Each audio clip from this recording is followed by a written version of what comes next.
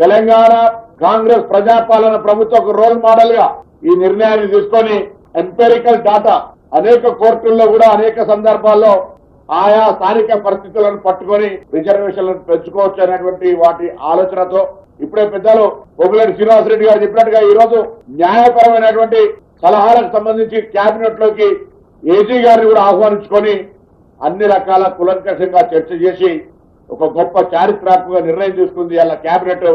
ఇవాళ ఈ కేబినెట్ అందరికీ కూడా ధన్యవాదాలు తెలియజేస్తా ఉన్నాం. అదేవిధంగా ఈ బలహీన వర్గాలకు సంబంధించినటువంటి అంశంతో పాటుగా తెలంగాణ ప్రభుత్వం పక్షాన రాష్ట్ర ప్రభుత్వం గతంలో మనం ఉద్యమం కూడా నీళ్లు నిధులు నియామకాల కోసం కానీ నోటీసులకే పరిమితమైనటువంటి పరిస్థితులలో తెలంగాణ ప్రజాపాలన ప్రభుత్వం అధికారంలోకి వచ్చిన తర్వాత ఇప్పటి వరకు 60,000 ఉద్యోగాలను నింపడం జరిగింది ప్రభుత్వం. దాంతో పాటుగా కేటగిరీషన్ కు సంబంధించి ఇష్యూ ఉండడం వల్ల కొంత జాప్యమైనప్పటికీ కూడా దాదాపు 17,000 చిల్లర ఉద్యోగాలకు సంబంధించినటువంటి నోటిఫికేషన్లకు జాబ్ క్యాలెండర్ సిద్ధంగా ఉంది.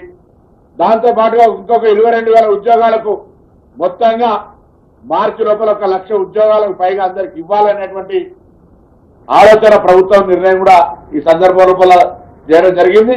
దాంతో పాటుగా రాష్ట్రంలో పనిచేస్తున్న ప్రతి ఉద్యోగి పట్ల గతంలో ఉద్యోగ సంఘాలతో చర్చ జరిగిన సందర్భంగా కావచ్చు బయట రకరకాలుగా వివిధ హోదాలో ఉన్నటువంటి వాళ్ళందరూ కూడా స్ట్రీమ్లైన్ చేయాలనేటువంటి దాని కొరకు ఒక ఆఫీసర్స్ కమిటీ వేసి కూడా అంత స్ట్రీమ్లైన్ చేసే నిర్ణయం తీసుకోవడం జరిగింది.